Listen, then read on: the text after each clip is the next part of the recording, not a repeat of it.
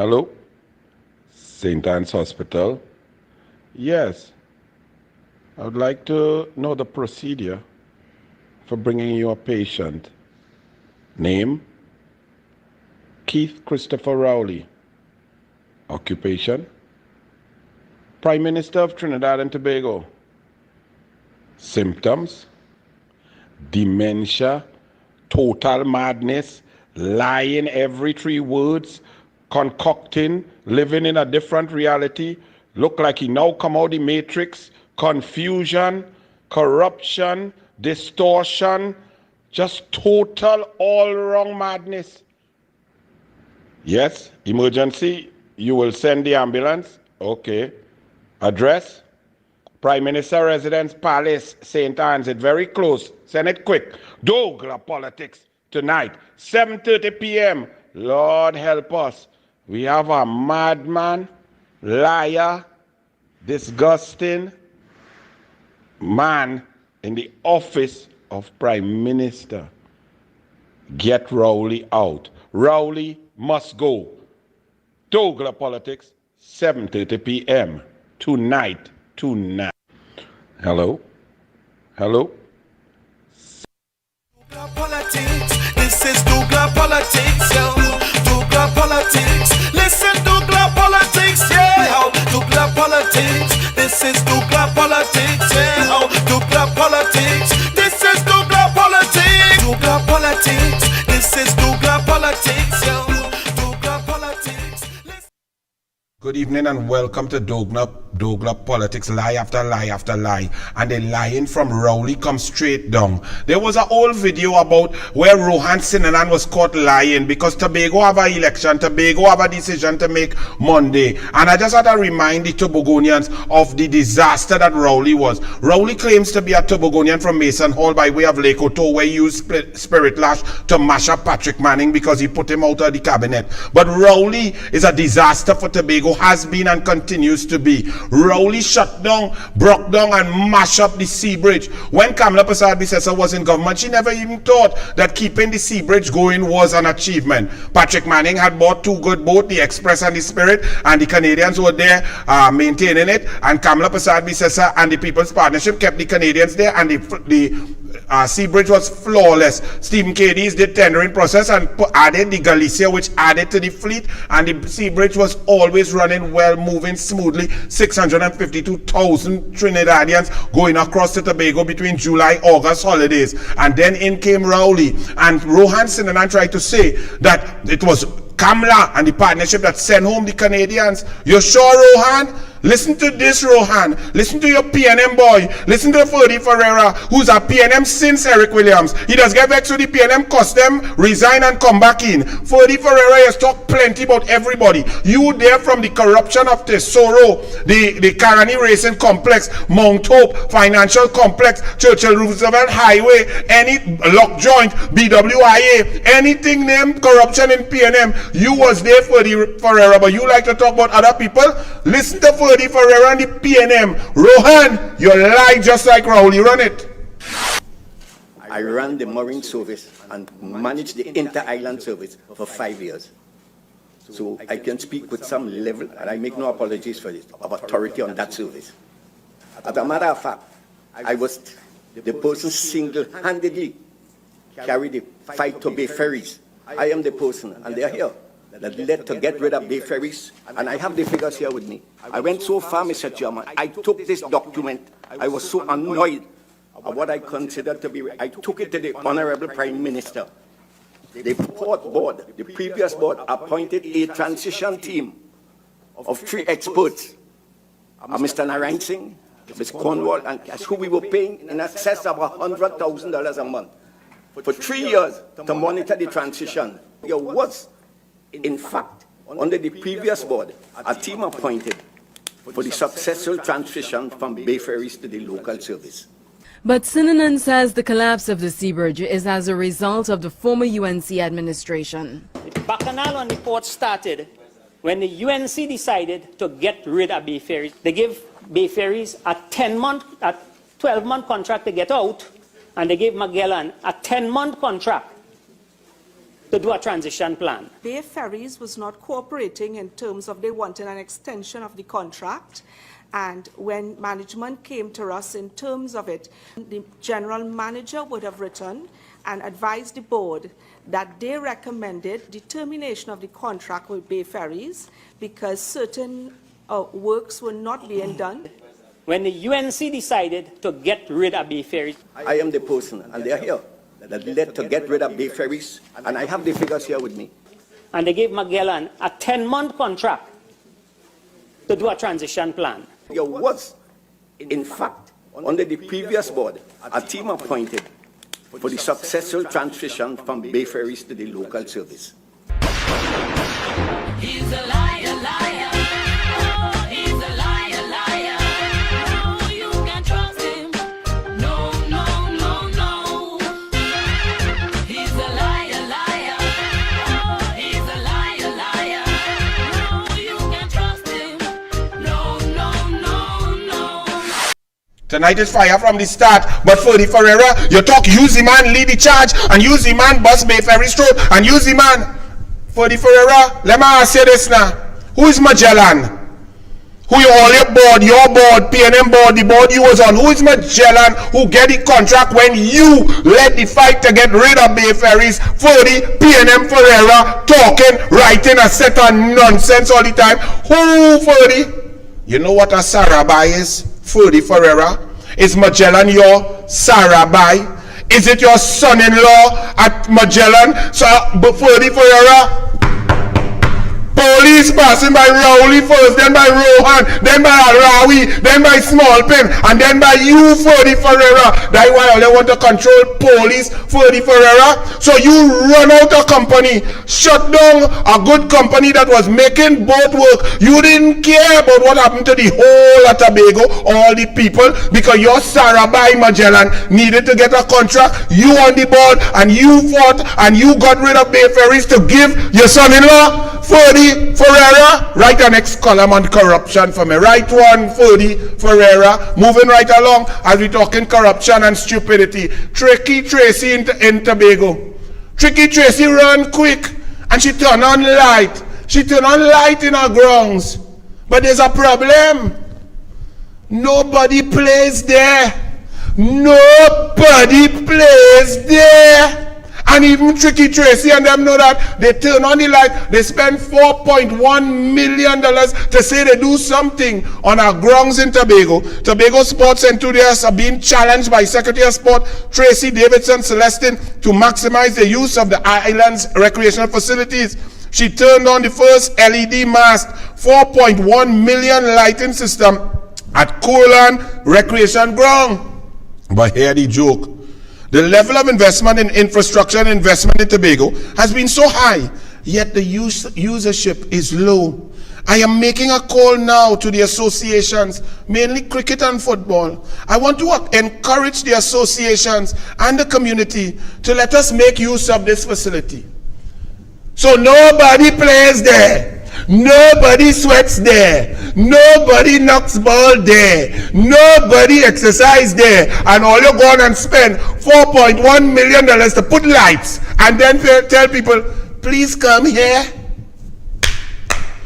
PNM, that's just like the rope that fall down on the ground in the forest. Where the zip line? Self-Help Commission, this is why the PNM have to do this.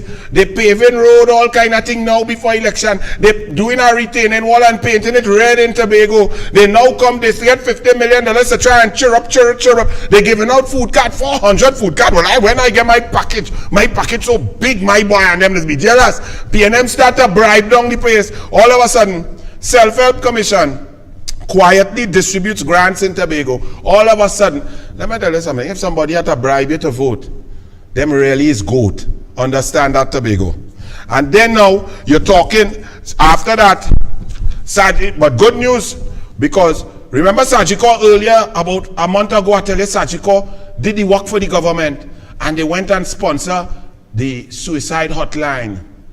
And this time of COVID-19 depression, where people losing their jobs, they can't work, they lock up inside, quarantine, all kind of thing.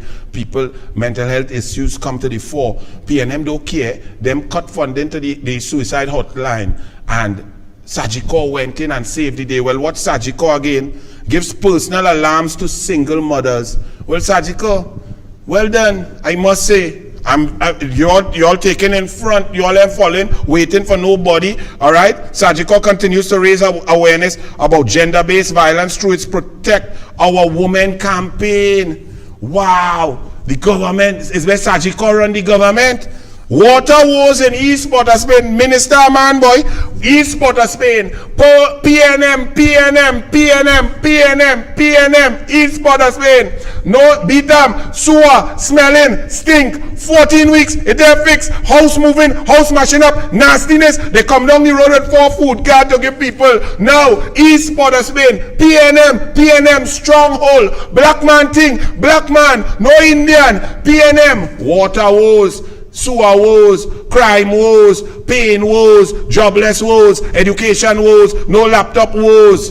All you need to change all your mindset and make people earn your vote. You mustn't give nothing to nobody. So Wassa leaves a big mess in. Hey, minister man, you might be the biggest goat. Wake up, makeup wearing, bathroom sports playing, man watching. I don't know what you doing, boy. Boy, take your head out the man K-Pax and do your work. Look at this in people. How you can do this to people? This is work done by Wassa. Wassa leaves a big mess in Oasis Gardens. Well done, Minister Man. From Minister Man to the Pump City Rasta till it's heat in the place in Atlantic Studios. Hines, the government long-term plan is to register Venezuelans.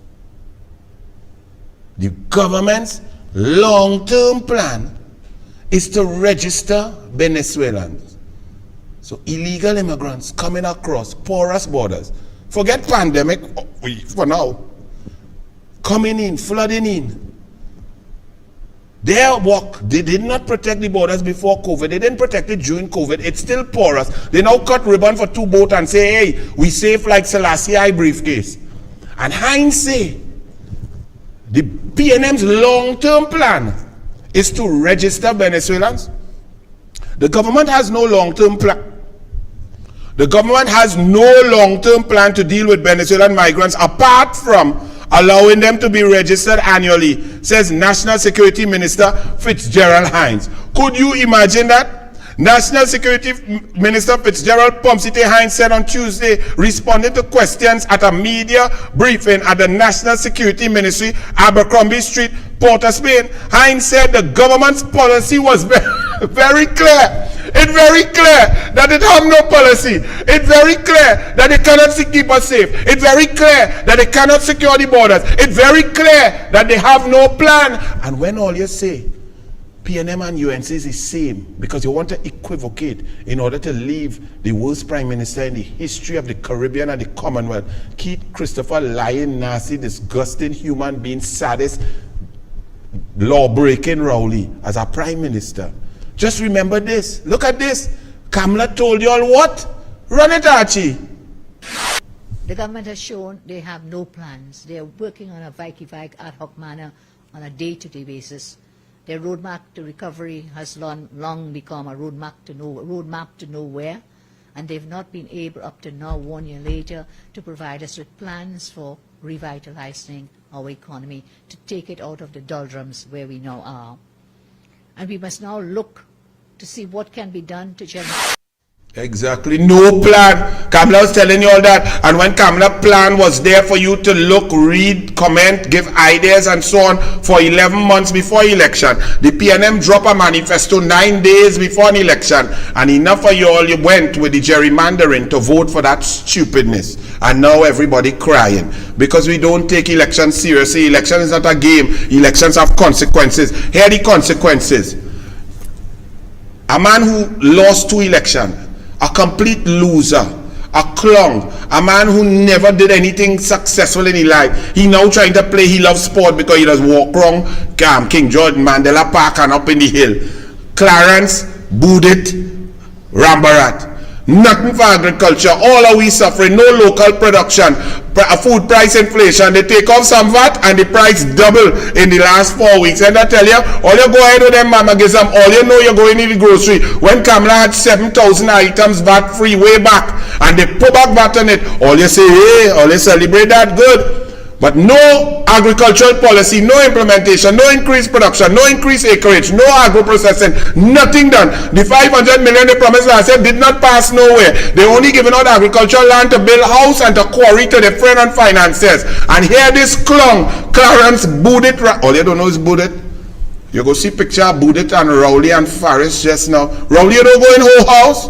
Whole house just come to you. Hey, Rowley? Just now, Rowley, I come in there, brother. I hear you want, where you are lawyers, but get your lawyers switch on. Share the life to AA Commoner. Share it to Stuart Smallpin. Share it to Faris and a Mascara, a lawbreaker in the day and a lawbreaker in the night and a lawmaker in the morning in the madrugada. Share it to all PNM lawyers. Gilbert Peterson, watch the live. Look, Anil here, send me pre-action protocol one after the other. Oh, you can't. Because everything Anil says is true, researched, and factual. Oh gosh. Well, just sit down and watch now. Watch and sweat because it coming, Rowley.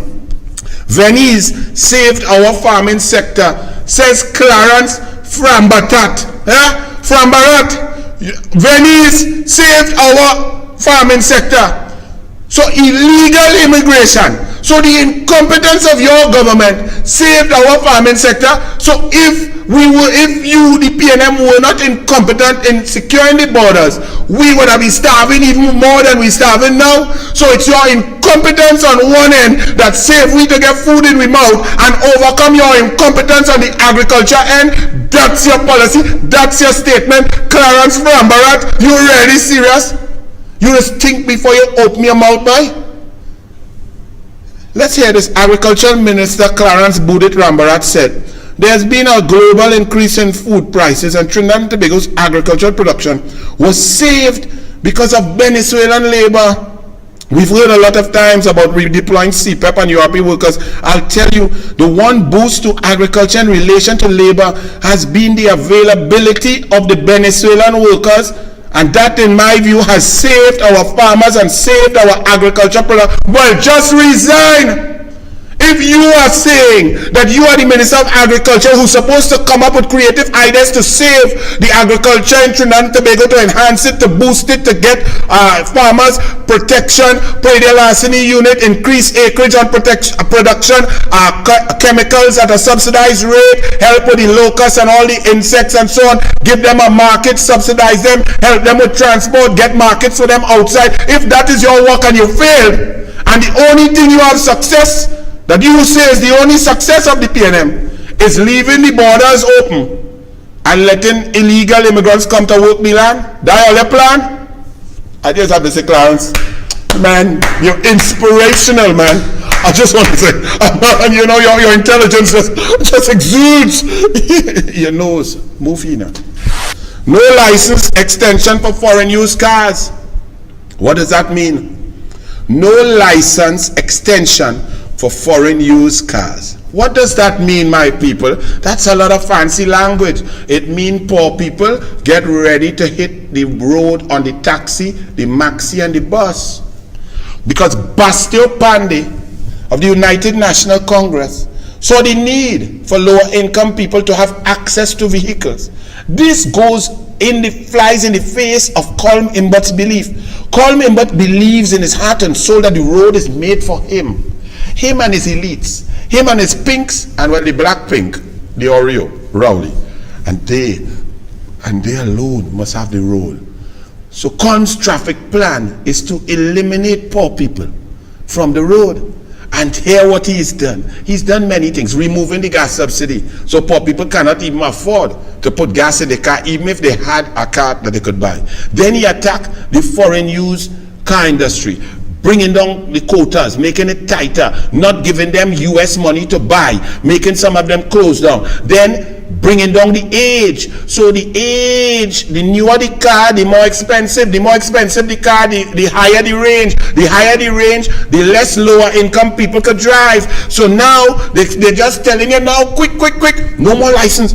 The Ministry of Trade and Industry yesterday reminded all foreign used car dealers and individual importers of used cars that the expiry date for licenses to import, use, right-hand drive motor vehicles is December 31st, 2021. That's it. Then it's pressure.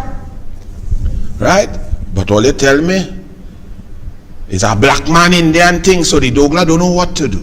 Because the douglAR love his black Tobagonian African father and he brilliant, beautiful Indian sari wearing mother. So I lost if this is a race thing. Because I just want to read and see who makes sense and who make nonsense. But you all vote, a lot of poor people, a lot of lower income people voted for this. You really did. You did. You didn't think so. You thought it was a football game all they was playing. You voted for this. And this does not want you to drive.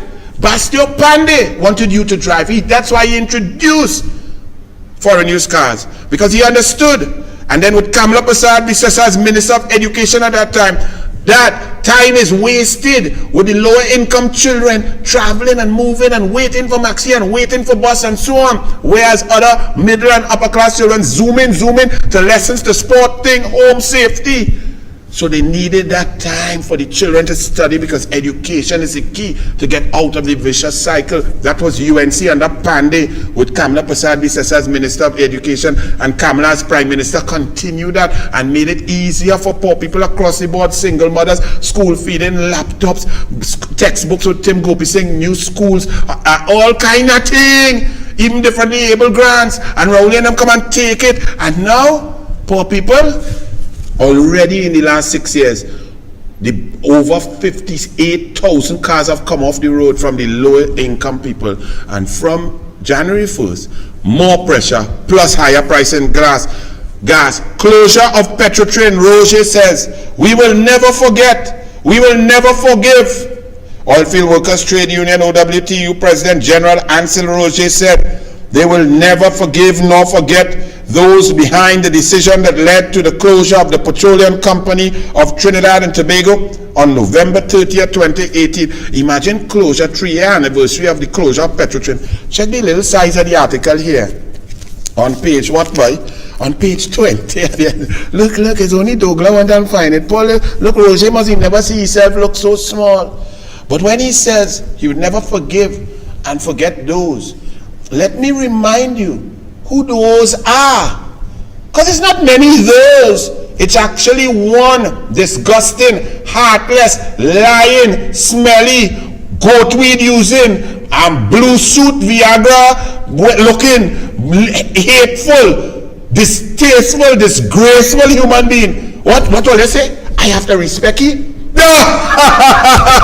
Oh, you have to be joking. My mother teach me, respect who respect you. Fire Bunrawley. Remember what he did to all of it. Watch respect.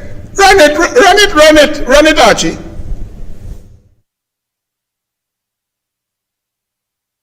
But I want to talk to the mothers, the children, the neighbors, and all those who are attached to the Petrotrain business to make one clear statement to you. First and foremost, the government is not closing down Petrotrain.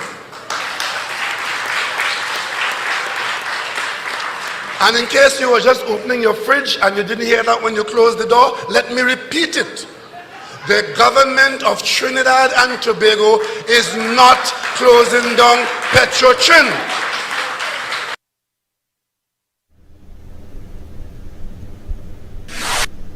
I did not go in your house. I don't drink to get drunk. I don't only mind one farmer.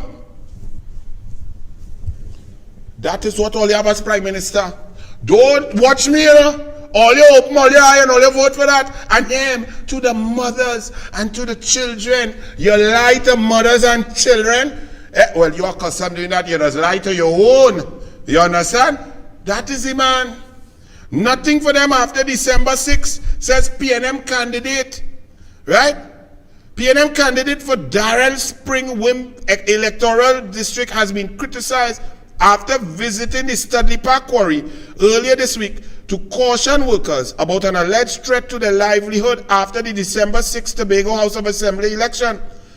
The PNM candidate's visit was videotaped by someone and posted to social media. In a speech to the workers during operating hours, Morris, the PNM candidate, advised them to make a decision in their best interest.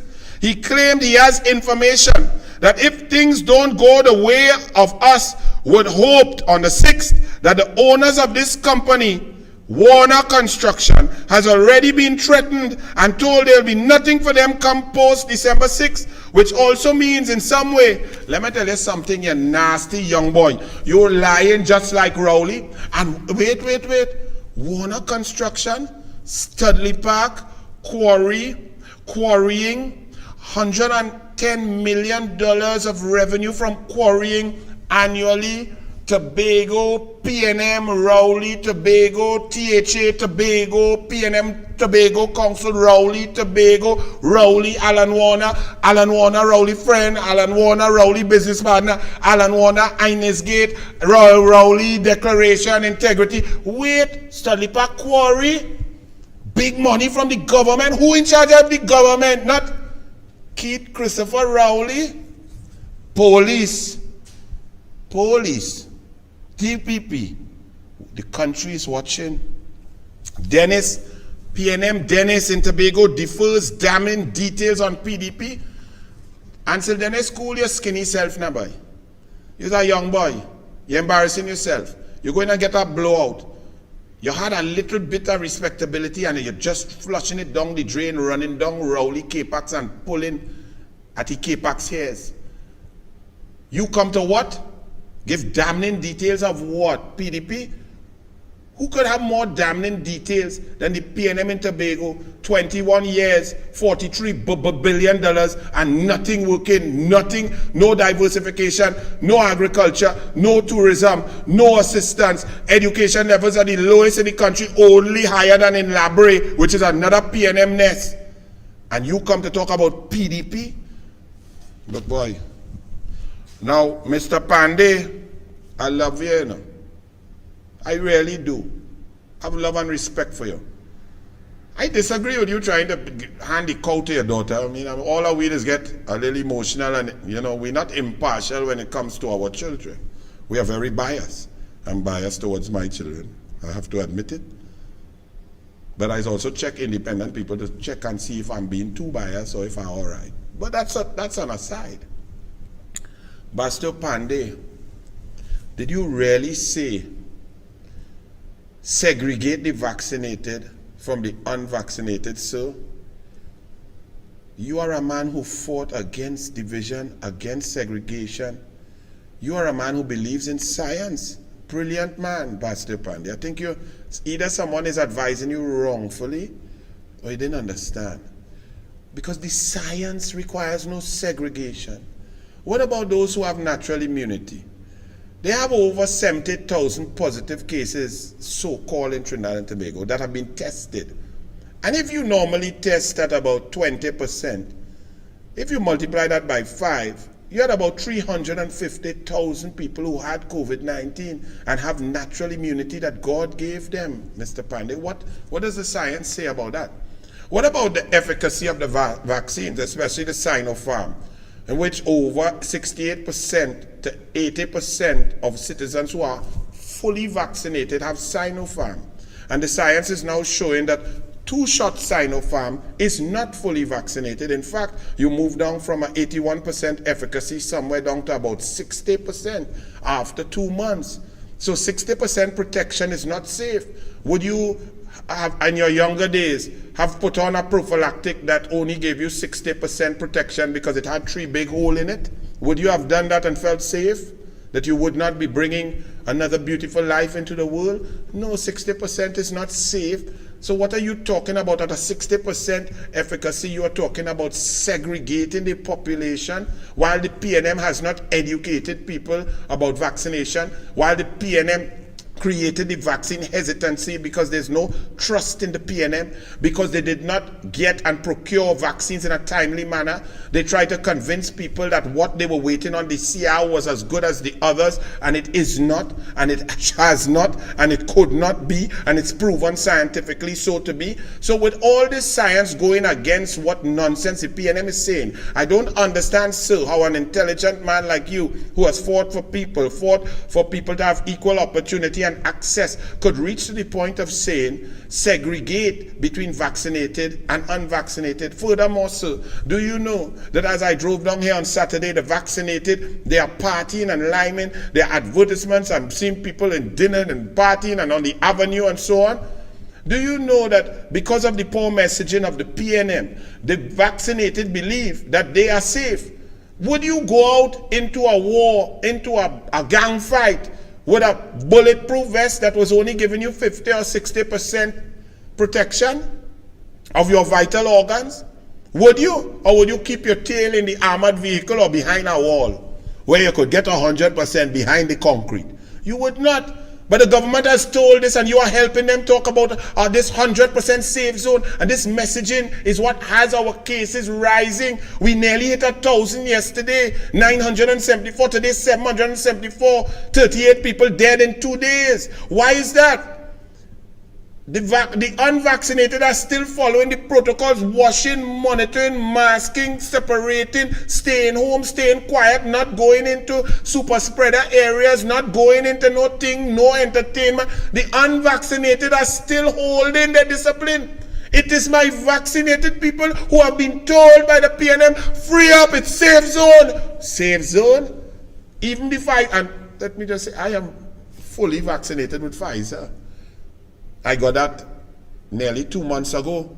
So in 4 more months, my efficacy of my vaccine will go down from 96% to 76%. So I have to go and take a booster. But you're not seeing me with my fully vaccinated self going on balance and going out and running around people, because it's not 100%. So what nonsense, sir? I give you an opportunity and I love you. You always make sense except when it comes to your daughter, them political leader, that they are right, I forgive you for that because he's a papa. Alright, and papa's brains, there's only 2 times man brain that shut down. When there's a papa and when it has sweet pum-pum, we just get dotish. Alright, but now you're getting dotish on an issue that I don't see any outward motivation for you so to do. So withdraw that silly, discriminatory statement about segregate vaccinated from unvaccinated. The spread is being pushed by the vaccinated who are going out and feeling safe and coming home and giving the unvaccinated. So we are all in this together, and we need to understand that and respect one another. And if you want to get people vaccinated, don't threaten them. That's not like you was Lyman. You take a drink with Rowley. Talk. You're a man, gift of gab. You could speak to the Queen and you could speak to the doubles man. Brilliant orator, brilliant Prime Minister. Don't disappoint me now. Okay, sir? God bless you. Stay safe. I don't like that statement. I would like withdraw it now, man. Please. Take away the boss man there from me, please. You owe us 70,000. COVAX bills, St. Vincent, for vaccines donated to Trinidad. We sprangers. The St. Vincent them seen this spranger in the PNM. Trinidad and Tobago, my beautiful land, the land of milk and honey, the envy of the Caribbean. We are now sprangers. Fitzgerald and them turn we into, we see the spranger in Rowley, we see the spranger in Small Pin. St. Vincent gave we vaccine because we wasn't procuring none, we wasn't getting none. St. Vincent and them had extra and give we. Now COVAX want to charge St. Vincent for vaccine that they give we. Now what you, if Kamala was Prime Minister, Kamala would have called the Prime Minister St. Vincent and say, don't worry, sir. Thank you for that. Don't let COVAX harass you. We used it, we will pay for it because we used it for our people. That's what a Prime Minister would do. Not allow Rowley going to attack COVAX. You understand? We have a bill to pay, you know, for Rowley tell Gonzalez, well, don't worry, I go handle that. He going to attack COVAX. Record COVID infections, 984. Latest figure yesterday, 774 today. Yesterday, 17 dead. Today, 21 dead. Beaches stay closed over partying and congregating fairs because the Massa Rowley say, all you will congregate at the beach with the hot sun, the salt, the breeze, COVID nowhere wrong. Kobo killing COVID. But Rowley say, you peasants, I am your master and your leader. I tell you when you could go, where you could bathe and what you could do. No beach for you, no river for you. But you could go in Rahal, my boy, water park. Yeah, you could go there. You could go and party there in the chlorine. You could go in public pool and spread COVID. Yes, but you can't go on your beach because I say you will party. You all have that clung. Would you? All your own mother and father could not tell all you can't go to the beach. Think about that for a moment, you know. Your own mother and father could not tell all your big hardback people you can't go to the beach. All you are Rowley, so all you could go in air-conditioned restaurant, all you could go in bar and drink, all you could go in movie and watch movie, all you could go inside supermarket and pharmacy in air-condition, but all you can't go outside and all your beach because that bald-head clown say so, and we taking that, and I talking to PNM people too. That your daddy? Well, he's plenty people daddy, he does only take care of them inside, but the ones outside, he don't play that. Rowley, some people feeding COVID virus. Let's hear what Rowley has to say. Prime Minister Dr. Keith Rowley says some people are feeding the virus by not following the health protocols and refusing to be vaccinated. But Rowley, you is the biggest super spreader in Trinidad and Tobago. You didn't follow no protocols. You get COVID once and could have had it 4 times. You have COVID. You went with COVID all around. You invite people to Tobago to spread COVID when Tobago was pristine. You are the worst example. You spread to over 35 people, your PNM people say. So if they say 35, it's really 350. Franklin Cat dead just so from lineman with you in Tobago. They never tell me what he dead of. You, Rowley, talking about other people? Glass houses, boy. On the 110 new COVID cases Tobago recorded yesterday, Rowley said he was a little disappointed that there were so many in Tobago. Archie, just before I get Archie again, asthma. Archie, remind me of what took place that made Tobago move from pristine perfection of handling their business with their Tobagonian doctors, with their authorities, with their discipline. Just, Archie, show me what took place that had Tobago reeling all now. So please, run it, Archie, please. We were following the science and taking firm governmental decisions based on the advice of our health department. So today when you hear there isn't a single report of an infected person in Tobago, it is not by accident, it is by design of the staff and the government and the healthcare delivery in Tobago.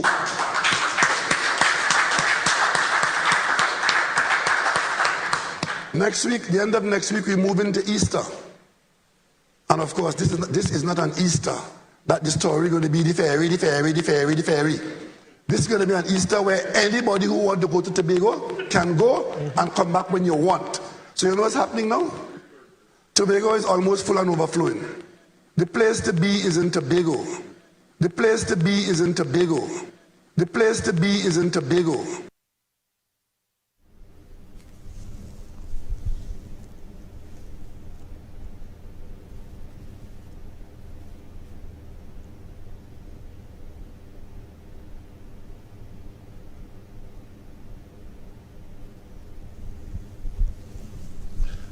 The place to be is Tobago. Tobago was pristine. Tobago was pure. Tobago was clean. Before the tutu suit man went and invited everybody irresponsibly to come across to Tobago, knowing full well that the borders were porous, that illegal immigrants were flowing in, flooding in, running from his friend Maduro, and coming into an unprotected coastline. Unfortunately, with COVID-19, they don't know, but they brought it. That's where the Brazilian variant came. And now Tobago is reeling. At that time, that clung in the tutu suit talk. Tobago had 3 deaths. Tobago is around 120 deaths now and climbing. Tobago's ICU units are packed up and full. Tobago had pressure because of that man. And that man has the audacity. Look, This was about 12 days before Franklin Kine died. And this one test positive about 4 days, 3 days after this. Franklin. And that man is criticizing other people. That man was in Tobago, bounced on a woman, the woman who had just given him Gatorade. She tested positive for COVID. He went around in the Hudson playing golf because he sucks. So he hitting the ball all over the place and drinking the COVID Gatorade. He then jumped on a plane and went to spread COVID as a carrier, potential carrier in COP26. Good thing them socially separate from he, because nobody stay in the auditorium to hear him. He added that there were cases of people on restrictions turning up at parties or supermarkets. I appeal, if you think you're infected, isolate. You were the Gatorade COVID-19 lady. Did you isolate? You went on a plane to Scotland, Glasgow to play golf, and you talking about other human beings? And you all just really listen to this fool. It's the congregating and the partying we're afraid of, he said. Adding government knew it couldn't rely on the public to treat the virus as dangerous. Oh, you can't rely on the public to treat the virus as dangerous. But Archie, look at what's going on in PNM campaigning in Tobago. Show some videos now, Archie, of this Rowley's PNM in Tobago while he's saying that we, the citizens, are irresponsible. Let's see the responsible Rowley. Run it.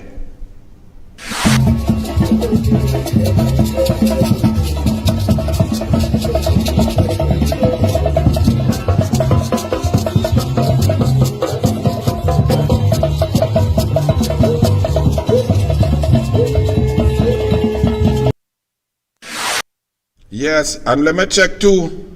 When we're talking about PNM, where my boy Vishnu boy?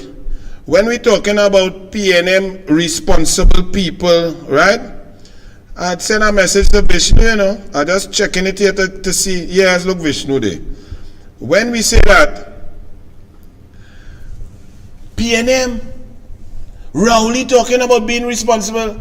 Any PNM cabinet and high-ranking PNM officials, off the top of my head, that I sent a message to Vishnu earlier today, that tested positive for COVID-19. Rowley tested positive once, quarantined twice, 2 other times, and could I get it again? Honey go to it, not working.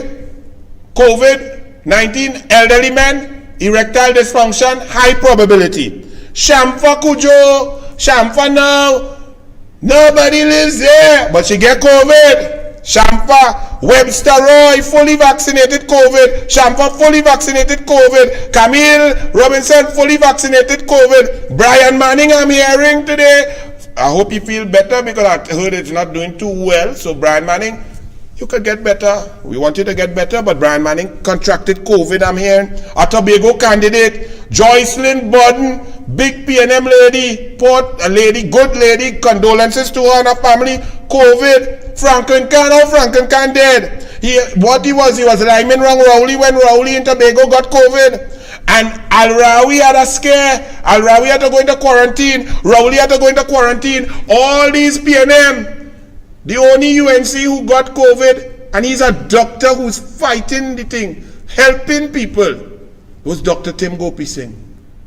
But you're all talking about PNM and COVID. When we, and the other PNM news senator who come with the fast, out of place self to come and boast about PNM handling it virtual and doing great, when I just call out a whole list of COVID. PNM is COVID spreading. Run that new clown PNM senator on his debut performance. Run him, man. I recall in 2020, a general election, that videos upon videos where the yellow caravan was seen, not social distancing, where the yellow caravan was seen without masks, when it is that this side managed to keep it virtual, just as we do, responsibly. The other side managed to keep it ad hoc.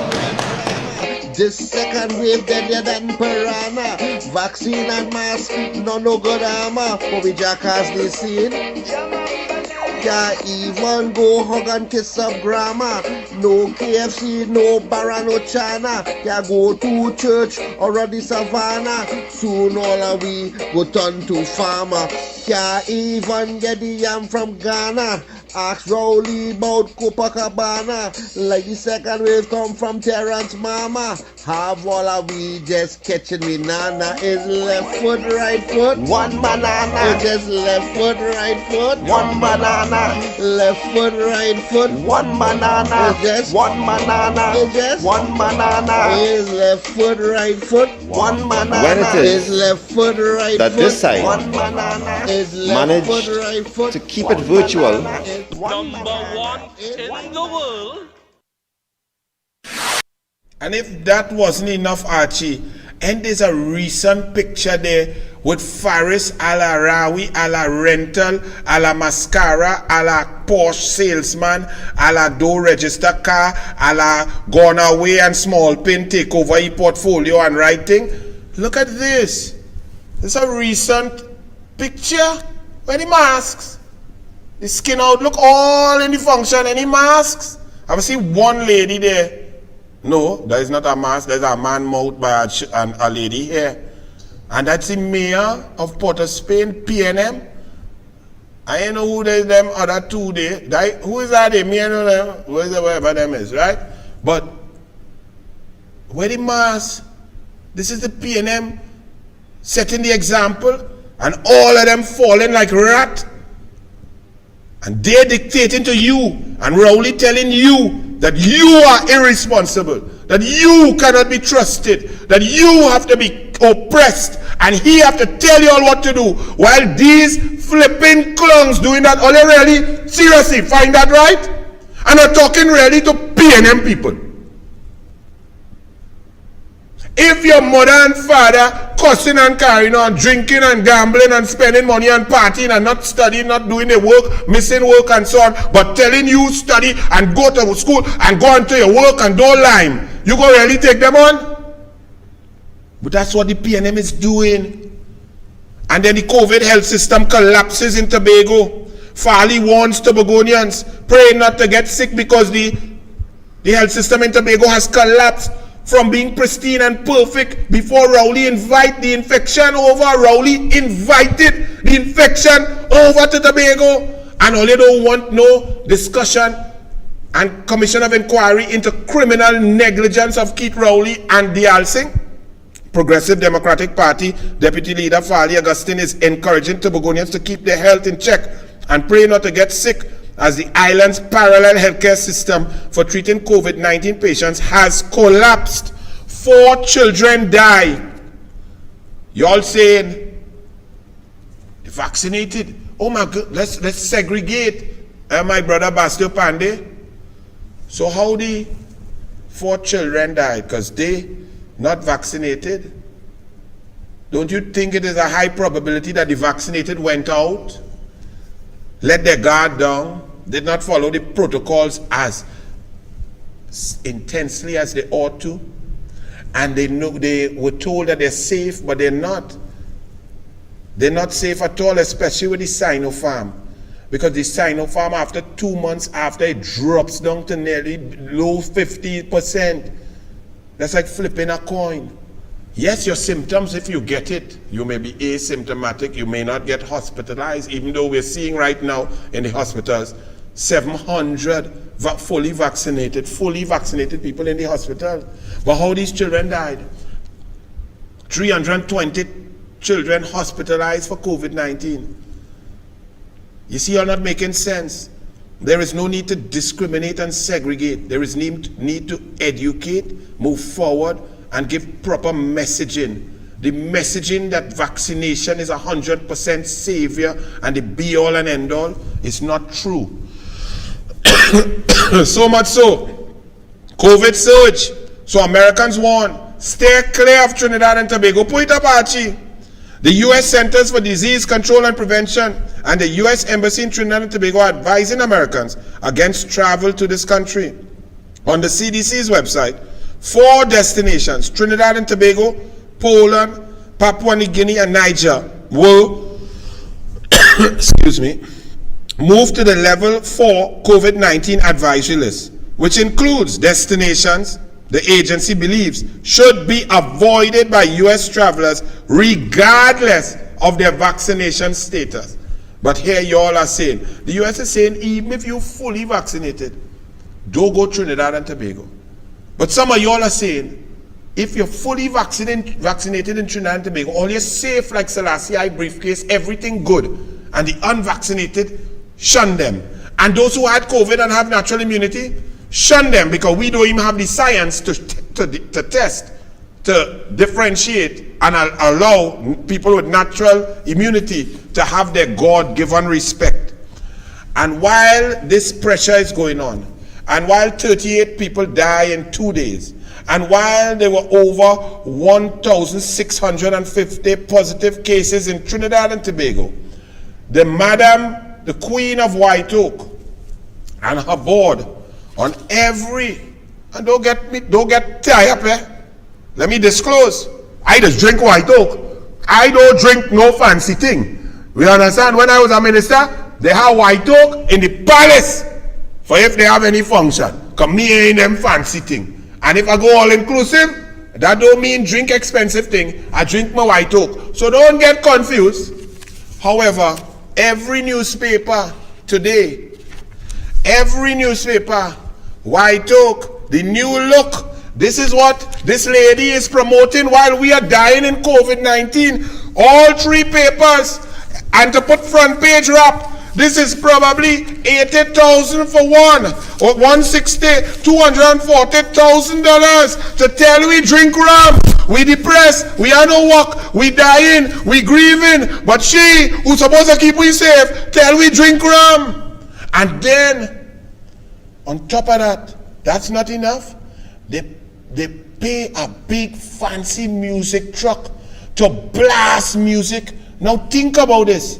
A population under siege, a depressed population, a population that is on lockdown, a population that is seeing the whole world utilizing their carnival, their soca, their pan music, their line, their dances, their drinks, having a time all over the world while we are locked down, shut down, broke down and depressed. We can't party. We can't do nothing. We dying. Delta killing we. ICU shut down. HDU. It's best you just wear a suit to go by the HCU, the ICU, because you go dead. You know what this lady and she Angostura board did to people who are depressed, people who want to explode, people who would like to party, people who cannot even go to their own beach and the river, people who the government is telling them, don't invite your children by you if they're unvaccinated. You know what this doctor who is on a rum board, you know what them do? Actually run it and show the people what them did to a depressed population who cannot party. No carnival 2021, no carnival 2022. We are under pressure, no money, no savings. Look what they did, Archie, run it.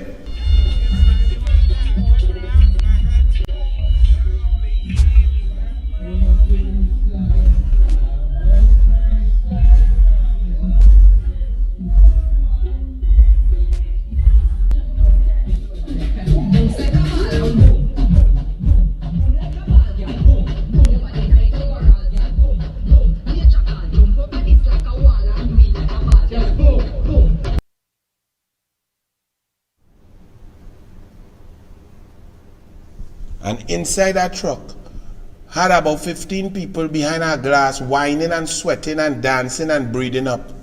That is the message this doctor who's telling us in the morning.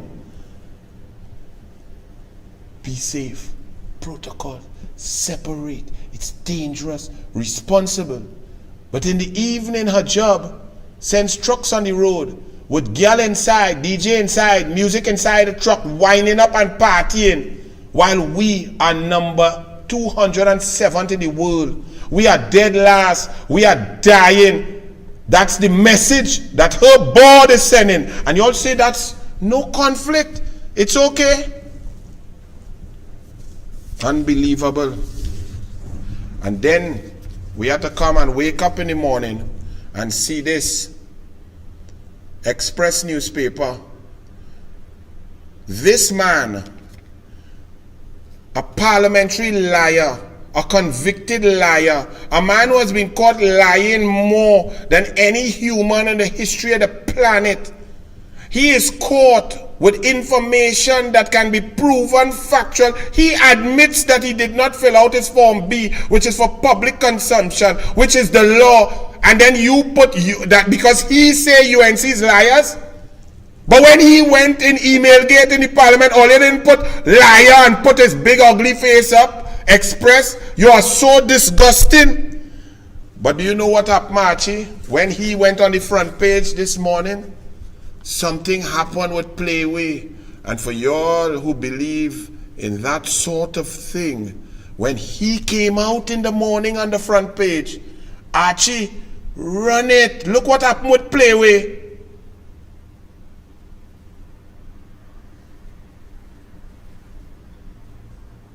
The audio with the Playway, Archie. Like you don't have it. I don't know what's going on with you and Vishnu. All right, we go organize. Check it for me. We moving on. Anyway, just to tell all of the numbers that played equated to King Jackass. All right, we had a nice little audio there. I don't know what happened with Archie and Vishnu there. And then I must say to Niala Maharaj, this image. Archie, do you have that? The image from Niala Maharaj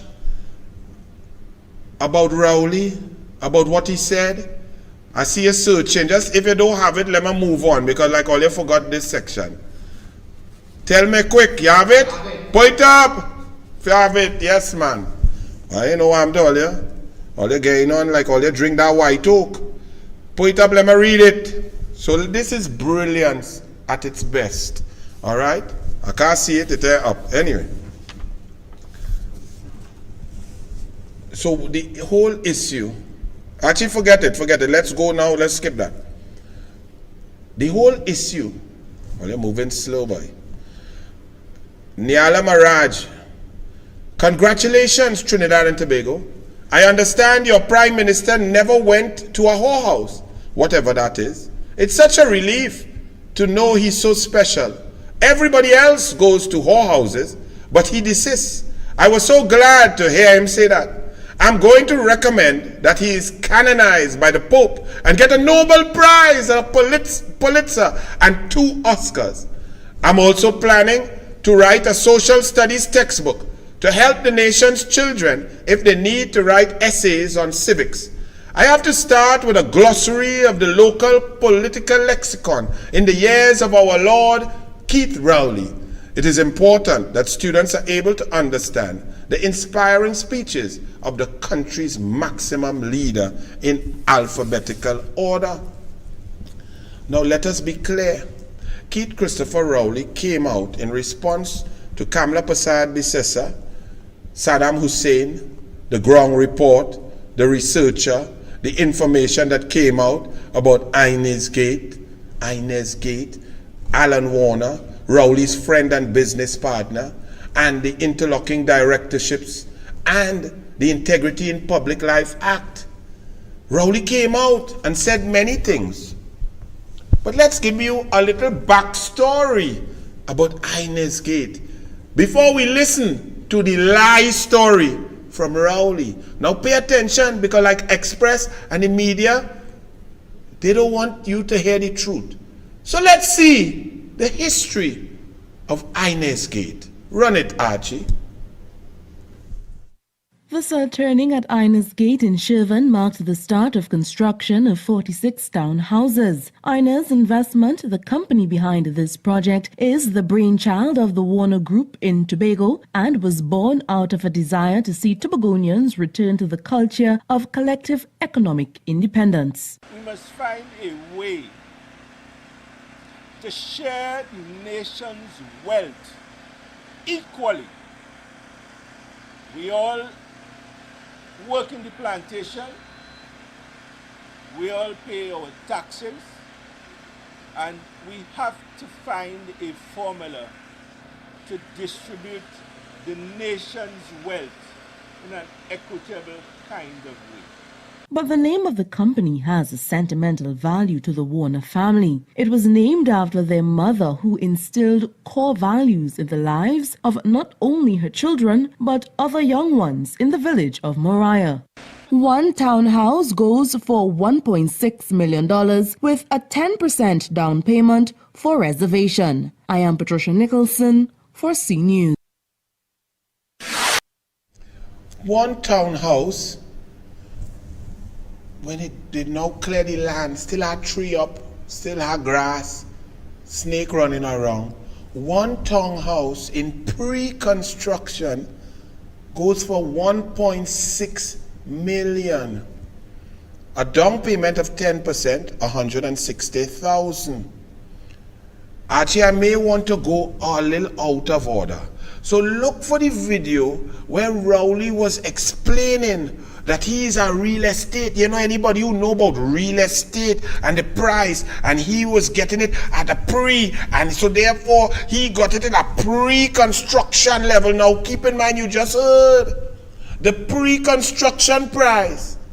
The pre-construction price was $1.6 million, $160,000, 10% down payment. Listen to Rowley. Run it. You don't have that? Okay, what order you have it? Run what you have, Archie. Go.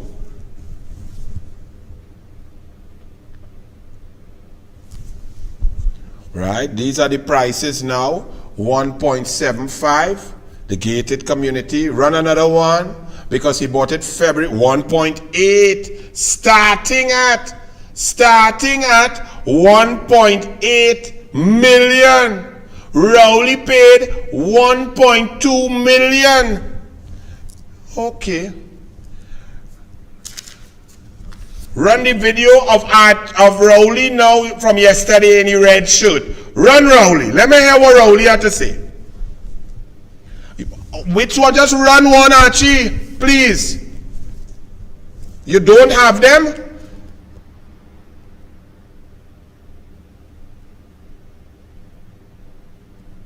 Okay, I don't know what's going on with you and Vishnu today. Let me do it by myself here now. Okay, what Keith Rowley said yesterday, part and parcel, he said when he held up his Form A, and he said, you know what? Let me take a short break. We live, but let me take a short break to see what Archie and them have, because I prefer you all to hear it. I don't want to say all you say that I say and I make up thing on my boy. So Archie run a little ad of Victor Roberts coming up Sunday or something. We will be back in 1 minute. Let me try to see if we get Vishnu to get those videos. If I don't get it, I go explain to you. And all you know I don't lie. But I prefer all you to hear it from Rowley mouth. We coming back right now.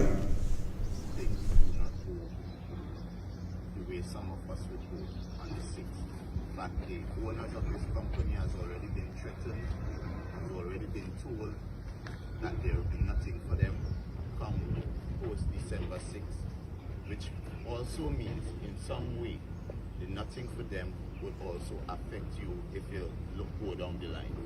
I'm saying to you, making a choice politics, for me as a politician, is about people. But for you as an individual, it's really about self. You must consider yourself, your interests, and how does your decision benefit you at the end of the day. You must ask yourself the question. You must wonder, would my life be better off making decision X or Y? Or could my life be worse off making decision X or Y? I'm not here to tell you that decision X is the decision you have to make. That is your choice. But I'm here to tell you at the end of the day, you should come back. Archie and them not having a good day. Okay. Rowley said yesterday, when Saddam Hussein held up his Form B, Integrity in Public Life Act, and the Form B is the form that you all can see. All of us fill it out. So whatever land you have, whatever business interests you have, whatever companies you have to put on that Form B. Rowley did not fill out his Inez Gate property on the Form B. He came and said two things. Look, the Form A, I put it here, right? This Form A. But he didn't put it in the Form B. So the Express said that the UNC liar. So Saddam Hussein was absolutely correct, because you have to put it on the Form B. But let's look at what Rowley held up. This is his Form A. Now, look at this. There's some things very interesting here. Look at the different types of handwriting inside this document. First of all, look at this document. This is a prime minister who's filling out a serious document. A document that is more important than your passport form. A document that is more important than, like, when you're filling out a check. Look at this chicken scratch and all sorts of different writing. And Shervan Inez development in different writing from Shervan on the left. Do you all see it? How come that writing is so different? Different pen, thicker pen, different form. Any writing expert could see that. And then you see Keith and Sharon. But look above that. Keith Rowley writes in his name, and that's it, mostly his writing. Keith Sharon Rowley, Keith Sharon Rowley, Keith Rowley, Keith Rowley. And then on the Shervan one, check the different handwriting. Who write that in? Who chuck in that? And how it will reach K-E-T-H. How Keith reach a Kitty. And Sharon. How Sharon reach like that? Where Rowley write his wife name different. Who wrote in that? When did they write in that? Date of acquisition 2019. Then go across. One original cost, $1.2 million. Estimated value. Now I just showed you all the value. Right? First of all, before anything built, it was 1.6. Okay? Before pre-construction was 1.6 million. You just saw that video. After that, I showed you two different times where the prices in 2019 was 1.8 million starting and 1.75 million. The value. Okay? But Keith Christopher Rowley, in this choke-up, change-up document, look at this very carefully now. Keith Christopher Rowley puts original cost, 1.2 million. And let's go across to estimated value. Zoom in on that, Archie. Put that estimated value there. Put that up big in the center. You see that last column? Blow that up big. You could get it big. Blow that up big. That number there, that not that one, but come across right there. Go up big now. Come across now. Nice. People, are you all seeing that? Go across now. Lift up now. Lift up. Nice. No, that's down. Go up. Nice. And across a bit. Put it in the middle. Next way. Next way. Across next way, Archie. Pull it across. Right. That good, that good. Forget the little blue there. I want to make it big. I'll take your time. Look at this. What you all seeing there? What was underneath there? What was underneath there? 1.6 million? And who changed it to the 2? This is a sacred document. Who does that on a document? This document failure to declare in this way have $250,000 fine and 10 years imprisonment, you know.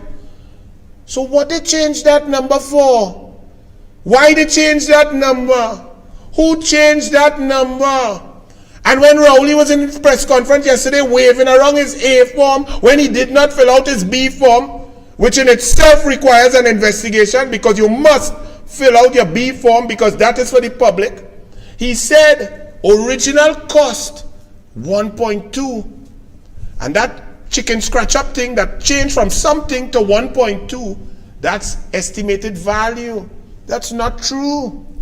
The estimated value in 2016 was 1.6, 2018 1.75, 1.8, 2020 1.8. Rowley also said he went early and he's a negotiator and he's a good, anybody who know real estate will know that if you negotiate you get a good price. Well, Rowley, hold your strain. Because if you were in pre, how come Alvin Hilaire and Gilbert Peterson bought their units before you? So them is pre-pre, but them is pre-pre, but pay more than you. How them buy before you? Okay, if you say you in pre-construction and you get it cheap because you know in real estate, when you're going early, you know, yes, but them went in earlier than you. So how them went in earlier than you and them come out more expensive than you? We have to find out that. And people, why would he change that? You want to know why?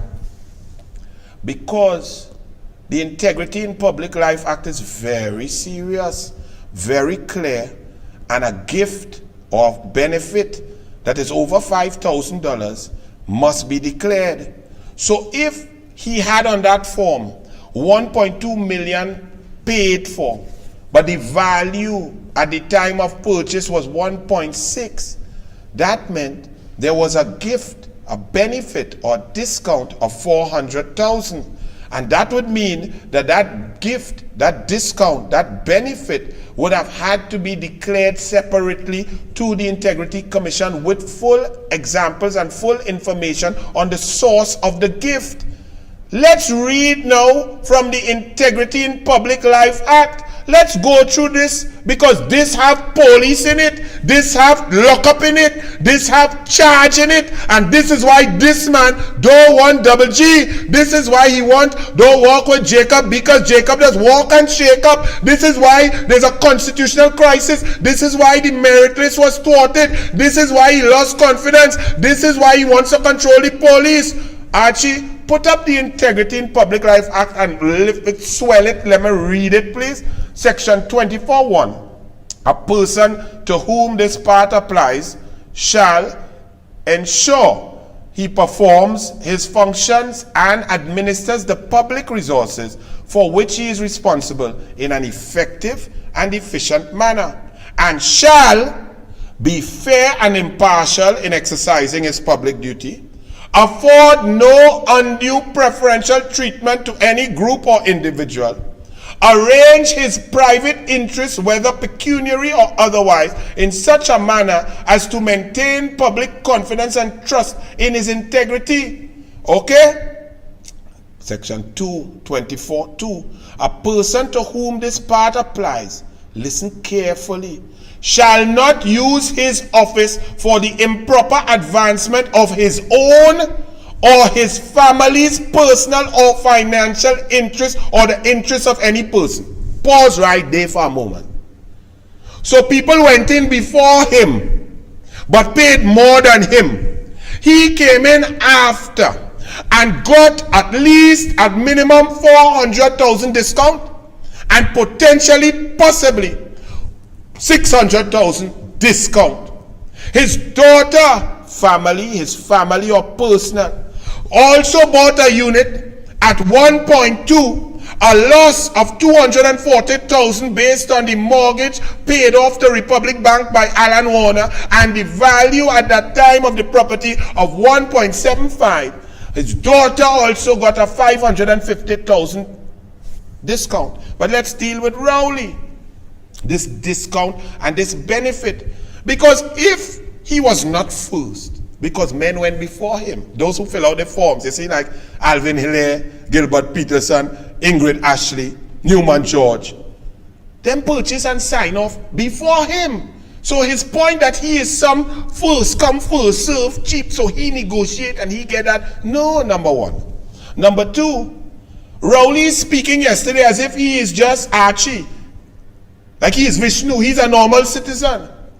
A prime minister holds tremendous power, and a prime minister must not use his office for the improper advancement of his own or his family's personal or financial interests. Therefore, a prime minister must not be negotiating price. A prime minister must not be negotiating real estate. A prime minister must not be doing that. He's not a regular citizen. A regular citizen don't have to sign this. A regular citizen don't fall under the Integrity in Public Life Act. This man talked yesterday, and all you listen to he with this clown talking like he has no added responsibility of being the prime minister in charge of $50 billion, being in charge of the entire cabinet, being in charge of all the state boards, being in charge of all the resources of the country.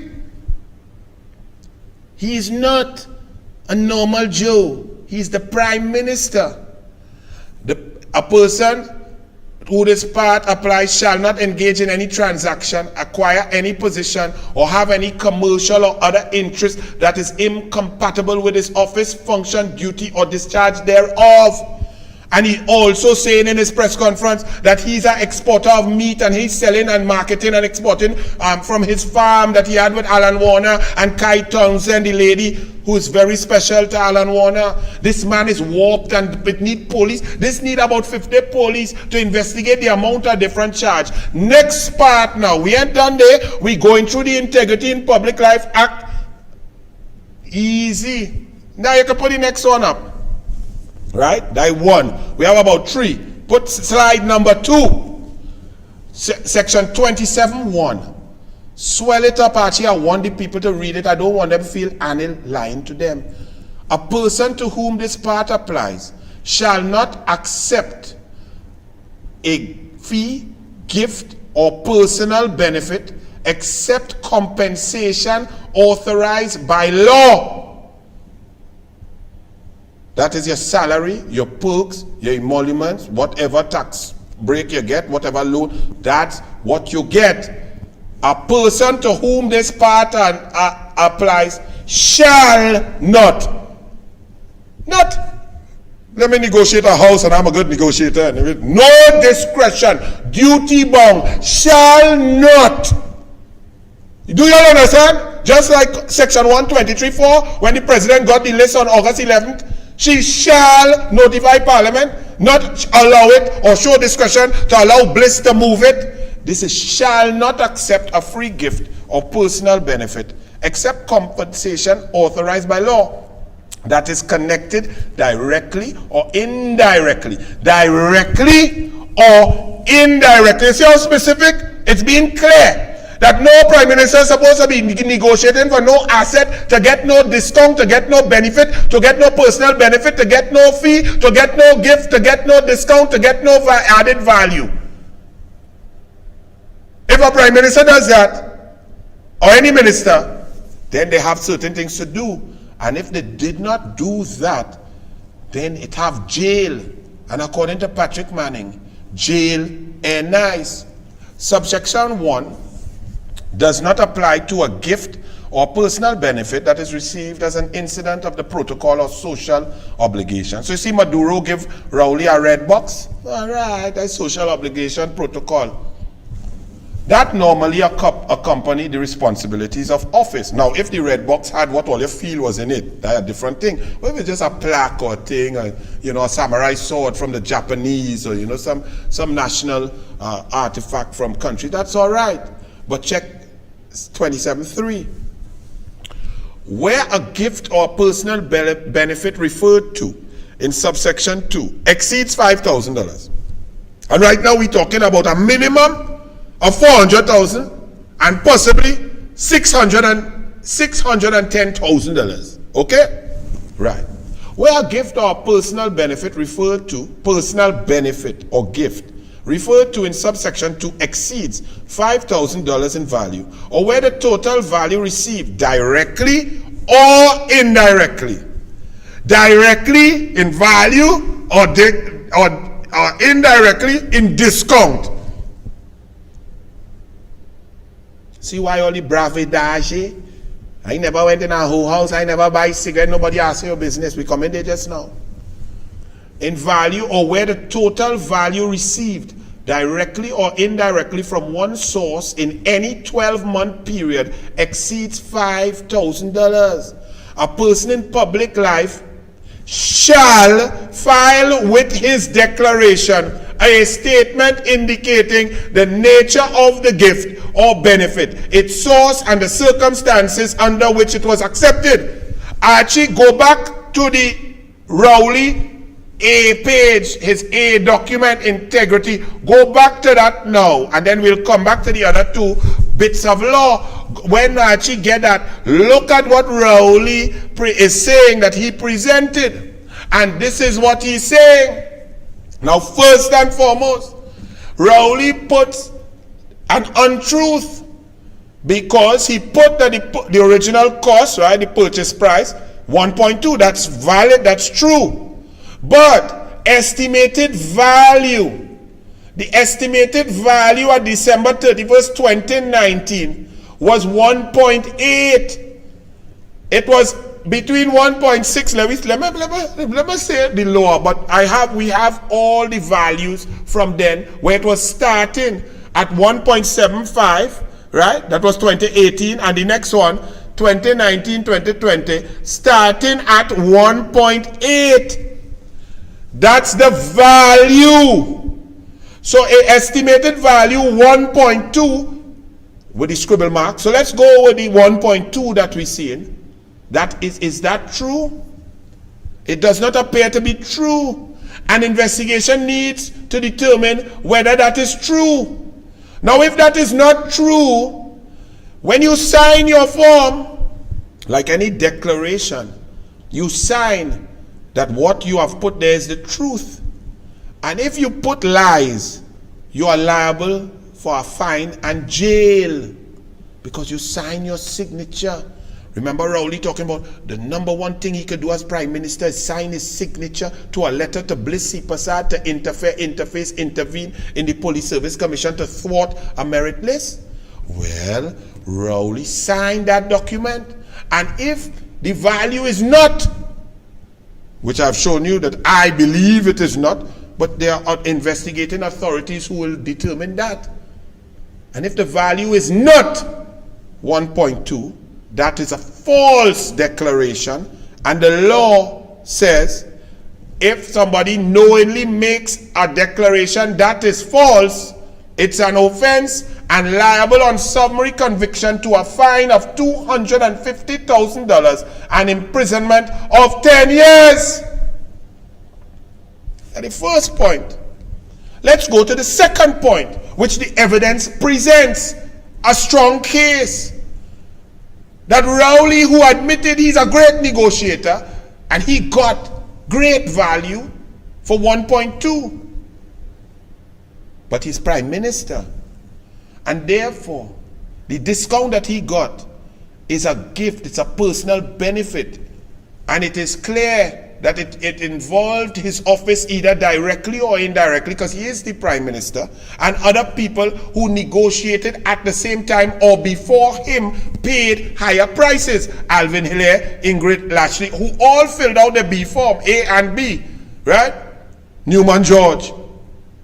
They purchased, Gilbert Peterson, purchased before him, filled out his form properly, in order, and put the correct value. Okay? So they know what to do legally, but the Prime Minister does something different. Okay, so that is if you put false information. Now let's move on. If in fact now, as I am saying, the reduced price that Rowley paid gives a gift, a benefit, indirect or direct, to the Prime Minister who falls under the Integrity in Public Life Act, he has to declare that. Did he do so yesterday? Look, I declared my gift, the discount, the value, $500,000 from Alan Warner. This, look at here. No, he did not. So all you ask him tomorrow to waive that when he declared that, because the Integrity in Public Life Act says that any gift, personal benefit, or any value received from one source over a 12-month period over $5,000 must be declared, and if you don't declare it, have jail. Put up the next part. Is there one more Integrity in Public Life Act to read out? The law? If there is, put it up there for me now. Right, we should go. Right. A person to whom this part applies shall not accept a fee or gift. We read that. 27.3, did we read that? Where a gift or personal benefit. Right, we read that. For the purposes, section 4. You have 4 up there? Yes. Or on another page. For the purposes of this section, the amount of a gift comprising property. Right. Somewhere there. Let me see. You have it there? Right, on the other, put up another screenshot. One more there. But I will read it from here. For the purposes of this section, the amount of a gift comprising property other than money shall be deemed to be an amount equal to the value of the property. Or it is there, equal to the value of the property. So in other words, a gift don't have to be cash. Now think about it logically, from what Rowley is trying to say to justify. He's a great negotiator. So a man who is his business partner, his personal friend, and a man who's receiving lucrative contracts across the board in all spheres of business from the P&M government that Rowley leads, gives or allows, negotiated or produces an asset, and it is given to the Prime Minister who purchases it at a discounted price, therefore giving the Prime Minister an increase of his assets and his value at the time of being a Prime Minister of $600,000. And this Prime Minister fails to declare this increase in assets, this gift from a source as stipulated by the law, then he's liable to a fine and jail. This is not any joke. Think about this. If Rowley's stupid position could be held, so they are contractors. Let me say Archie's a contractor, Atlantic Construction Company, and I am the Minister of Works and Transport. And Archie say, Anil, negotiate, buy this building here. And the building value $2 million. And Archie sell me for $10,000. And I don't declare that. I say, well, I'm a good negotiator. I catch Archie. But Archie getting contracts across the board to build road, bridge, landslip across the board, hundreds of millions of dollars. Does that sound like it makes sense? Or does that sound kind of nefarious? Does that sound kind of illegal? Does that sound kind of not on? Does that sound like it's a breach of this Integrity in Public Life Act? Does it sound so? Now you understand why Rowley was gallerying and shouting down and arrogantly, and he went into a state of dementia. Archie, let me hear this man. The man went so crazy. The man forget who he is and all. He started to make claim about things he don't do. Run it, Archie.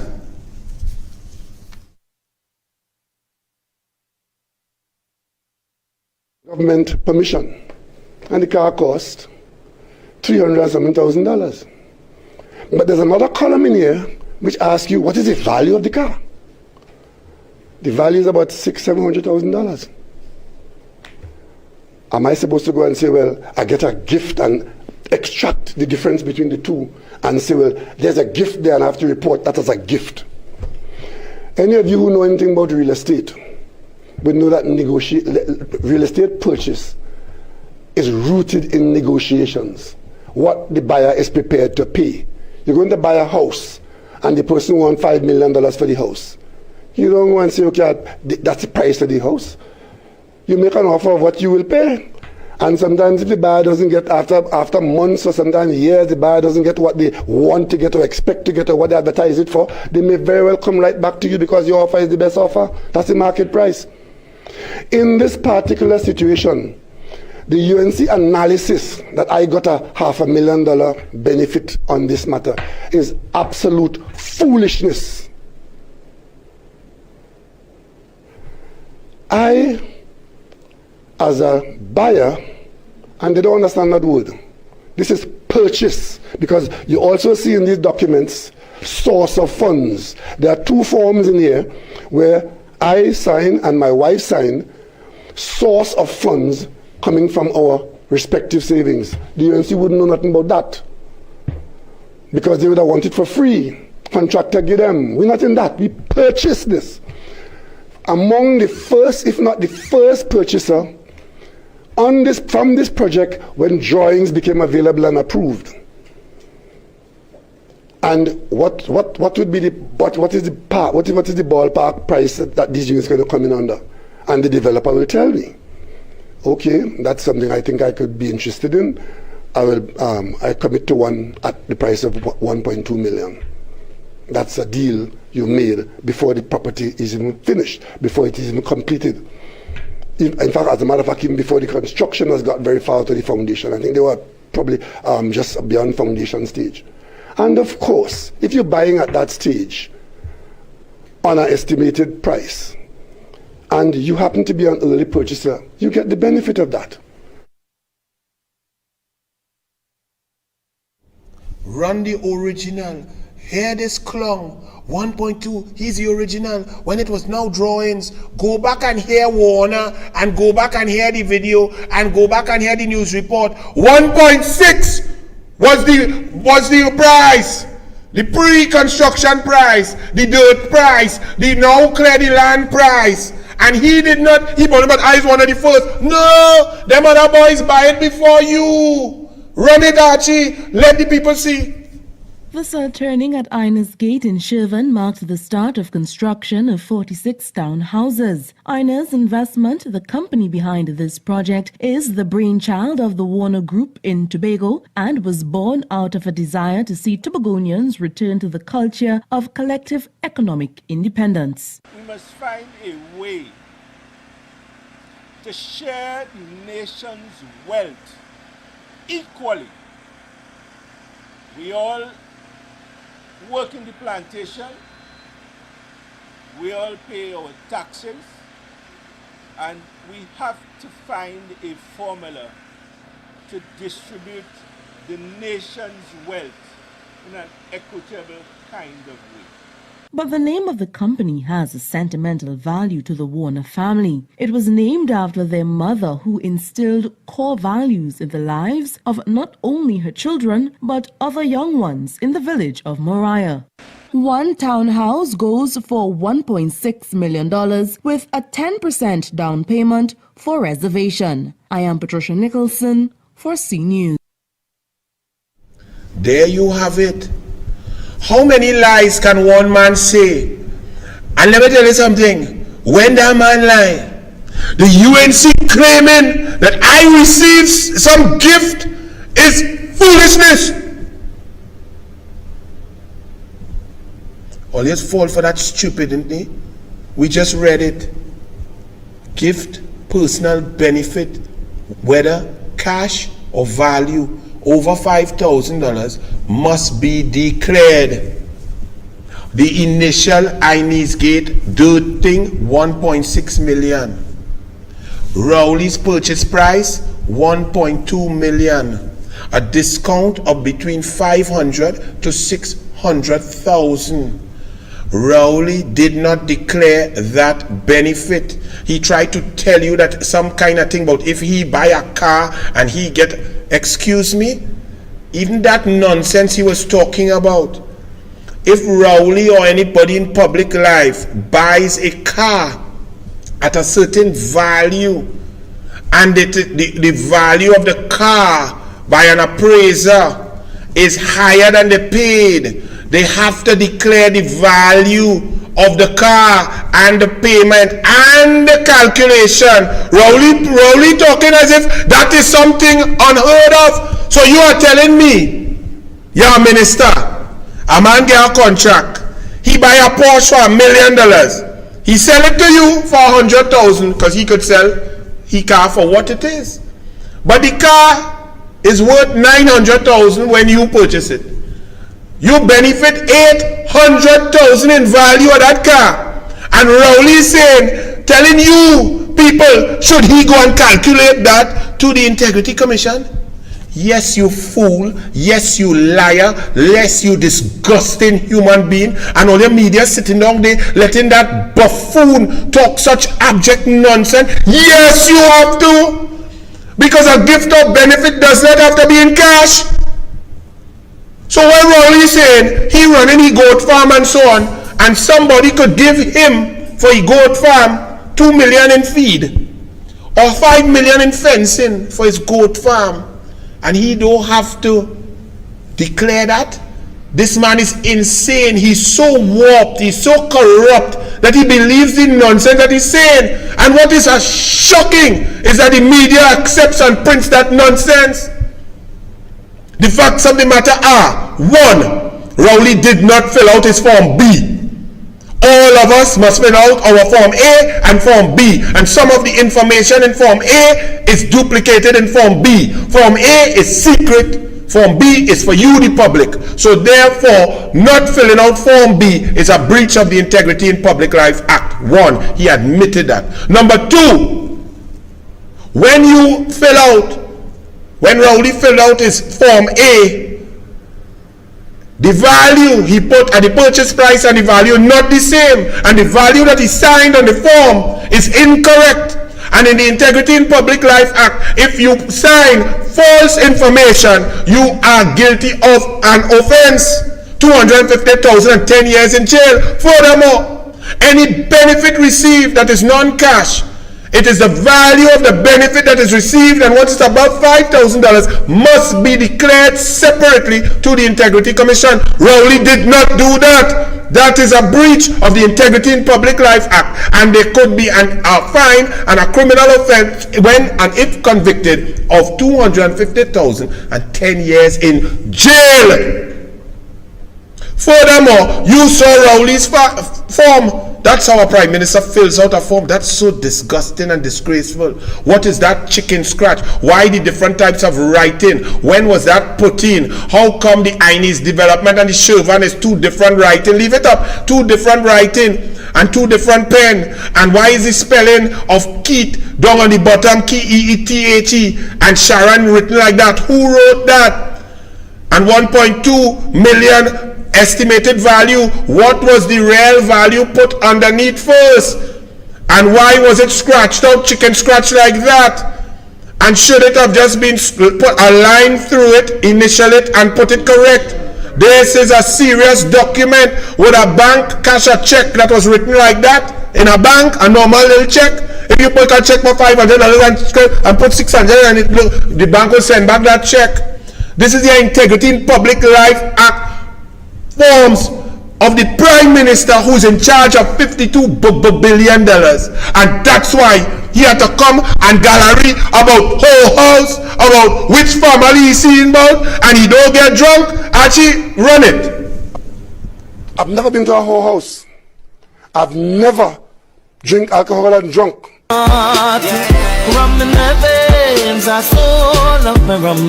Bring an next bottle again. I so love my rum. Bring an next bottle again. Love in my heart. Rum in the veins, I so love my rum. Bring an next bottle again. I want to tell you something about Villa Capri, you know.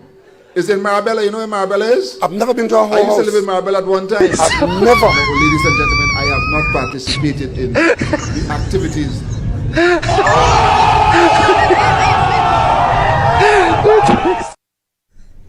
You know, we had to laugh, because if we don't laugh, we go cuss.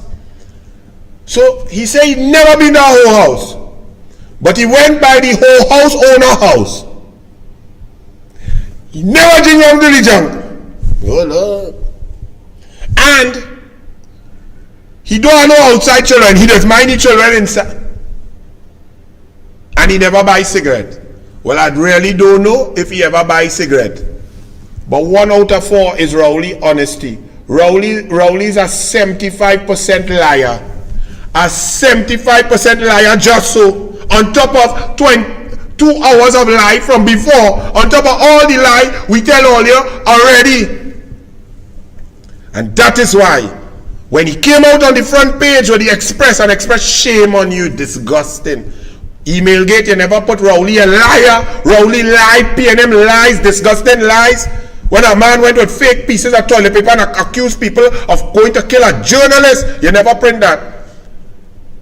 Saddam Hussein said Rowley did not fill out Form B. Rowley said, I didn't put Form B. Look my Form A.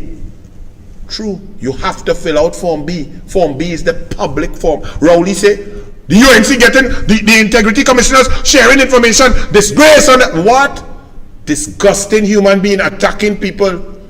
Saddam Hussein didn't see no A, he see the B form. So nobody had to give that. Anybody could get that. For Rowley to impugn the character of independent citizens who just serve in the country is nasty from a prime minister, because he know where it's going. He know police coming. He know that that's why you want to control the commissioner of police. Police, let me see how you do all your work. Do all your work. You're independent. I now lay out about 5 different charges there. Integrity Commission, over to you. Me I know who all is, but all you have to do your work. And to the media, Lord help you all Express. But when you printed Rowley on how many ever papers you're selling, you're selling so many now, and from tomorrow you're going to sell less, because anybody who loves this country and wants information and fact will not buy the Express anymore, because the Express printed UNC lie. Everything Saddam Hussein say is true, and we found more. And Rowley's the disgusting liar. Wait, one more thing. Rowley said yesterday that he take Brian Stone to court and win. First of all, Brian Stone lawyers put in the defense late, and so Rowley won by default. But hold on, Rowley, you using that to say that you are a bastion of integrity because Brian Stone heard in one little statement. Watch how we going and do this, Rowley. Anil going to talk about the exact same thing Brian Stone said. Are you ready? Komena, press record. Small pin, record. Al-Rawi, record. Gilbert Peterson, press record. Because I'm waiting for my pre-action protocol. Are you ready? Keith Christopher Rowley was the Minister of Planning and Integrated Development in 2003. Previously, many people had applied down for a piece of land in shorelands to go up in the air to develop hotels, condominiums, and so on. Many people, Carlos Sabga, former driver of Checkmate, owner of the race boat Checkmate, and so on, applied. He had been rejected a few times. A company called Woodgill, with Jeffrey Gillen and Woodruff, had applied to go up in the sky 2 or 3 times. They had been rejected by the ministry and the Minister of Town and Country Planning.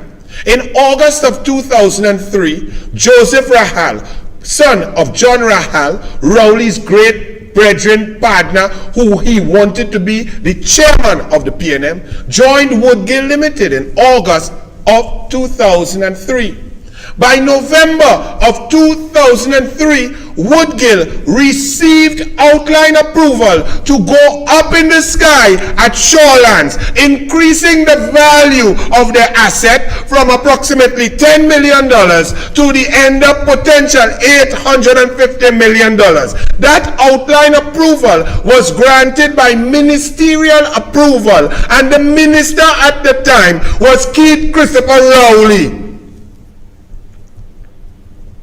He was then subsequently moved a month later, a few days later, by Patrick Manning to the Ministry of Housing, where he made more mass with Noel Garcia, Andre Montoya as chairman, Faris Al-Rawi on the board, where he bought Greenvale lands from the very same Rahal and constructed Greenvale without permission from the Ministry of Integrated Planning and Development on a floodplain and no change of use. It was farmland, and that was Rowley. I await any pre-action protocol. Rowley, you disgusting, dishonest fool. Send me a letter, my boy. That is what you all have as a prime minister. And he comes to gallery because Brian Stone made a little error. Right? Anil don't make no error. Right? You tell me when I say that in the parliament in 2011, I was Minister of Sport, and I tell you straight in the parliament, you tell me to say it outside. The next day I call a press conference and I say it. I still have every document. I have the thing signed off. I have the letter approving it for Joseph Rahal Woodgill Limited with Jeffrey Gill, and your good boy. Are you so close to Jeffrey? You're to share all kind of thing. Judy Raymond. Rowley don't play, boy. If there's one human being know how disgusting you are is me. So what? Any pre-action protocol? Take all your pre-action protocol and go and wipe all your K-packs. Good night. Look what go on, you know. The Express put Rowley on the front page. And then NLCB turn around and play 36 and then play 12, you know. You know we are called that? King Jackass. Awatagwan.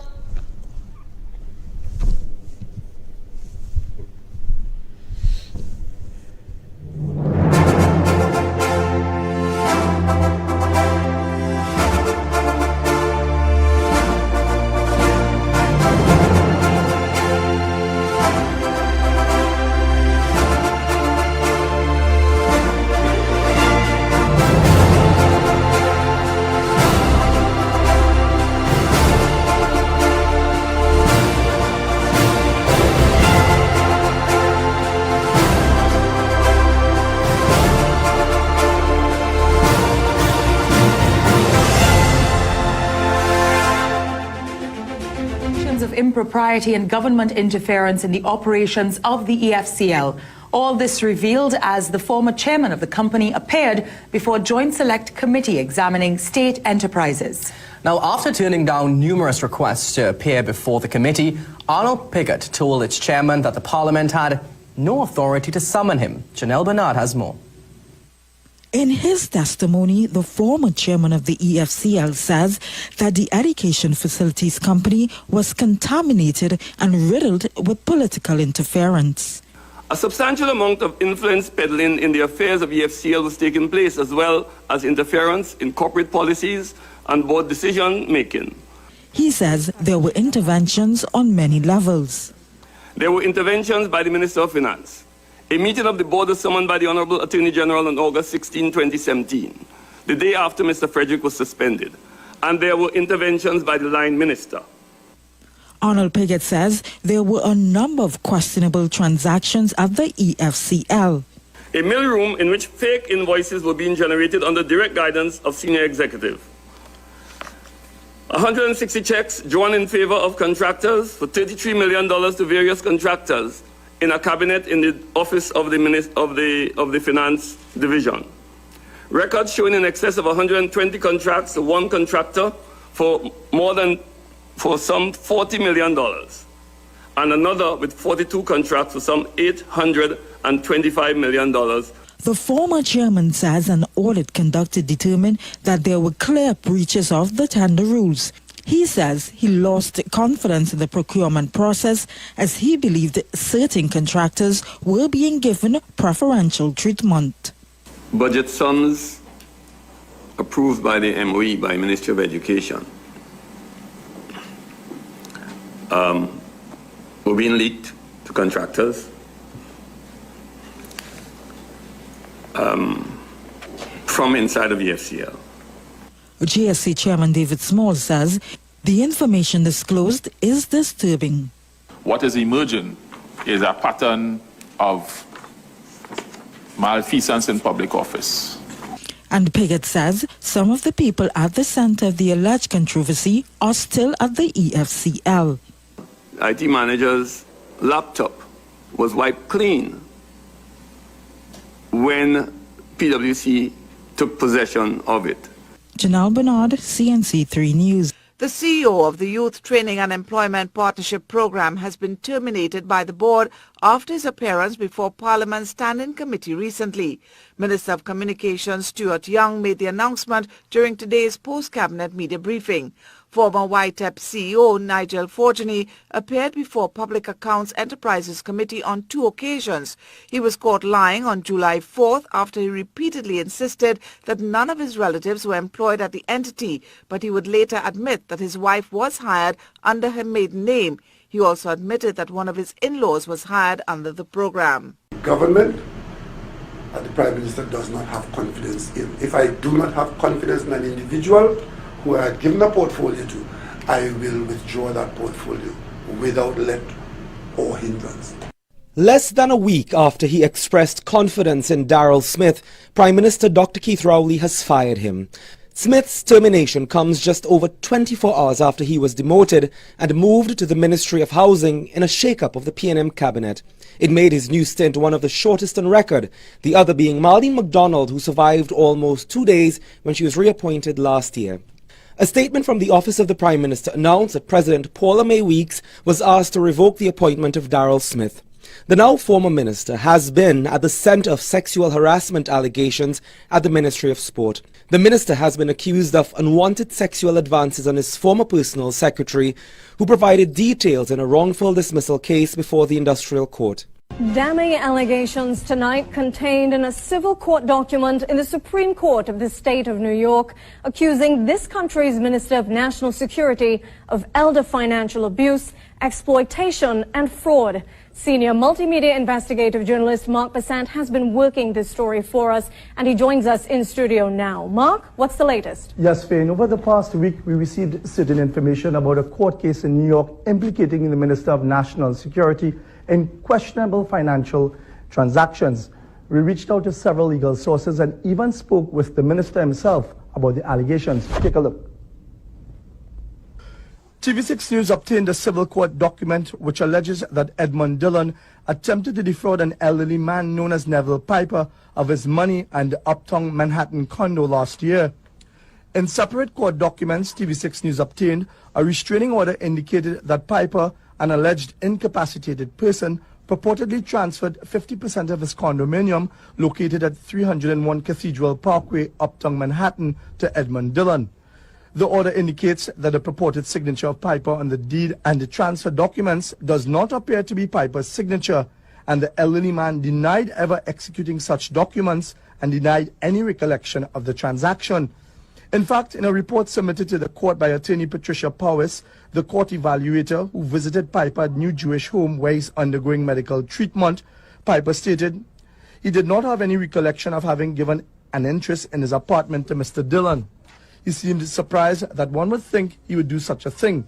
He noted that having worked so hard for my home, why would I give some of it away while I am still here? He also noted that when you are low, people come out of the cracks and jump right on it to get some of yours. He had a copy of the deed in his possession and showed me the page with his signature, which was dog-eared, and he had written, "Who is this?" He stated he wrote that because he did not recognize the signature on the deed, stating it was not his signature.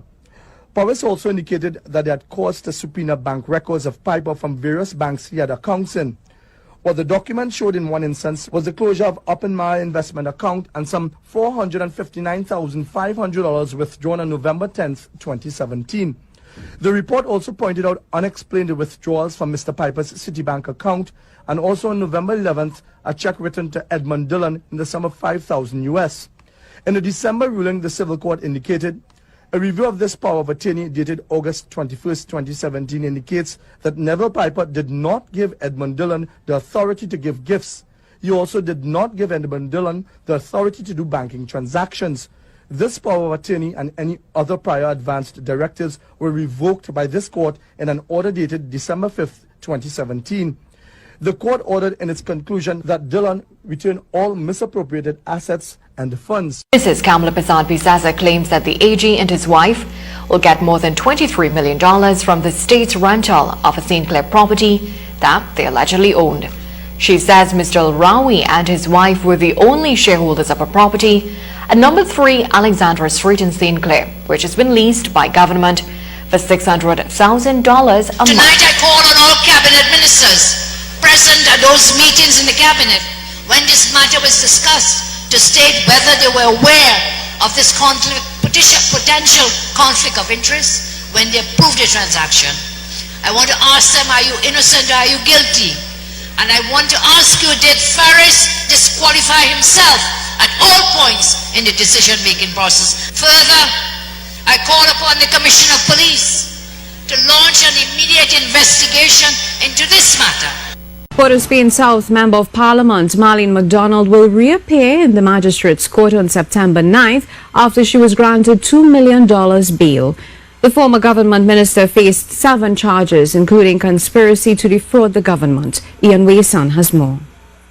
South MP Marlene MacDonald, who appeared in absentia at the Port of Spain Magistrates Court, was slapped with a $2 million bail after being charged with 7 charges, including misbehavior in public office and conspiracy to defraud the government. She will reappear in court on September 9th, and she will reappear alongside Wayne Anthony, who is on one charge, at a bail of $100,000, Michael Carew, who is on 8 charges and bail of $500,000, Victor McEachran, 5 charges at $400,000, and Edgar Zephyrin, who is on 28 charges and he has a bail of $1 million. The opposition leader, Kamla Persad-Bissessar, continues to seek answers about the procurement of the inter-island ferries, the Cabo Star and the Ocean Flower 2.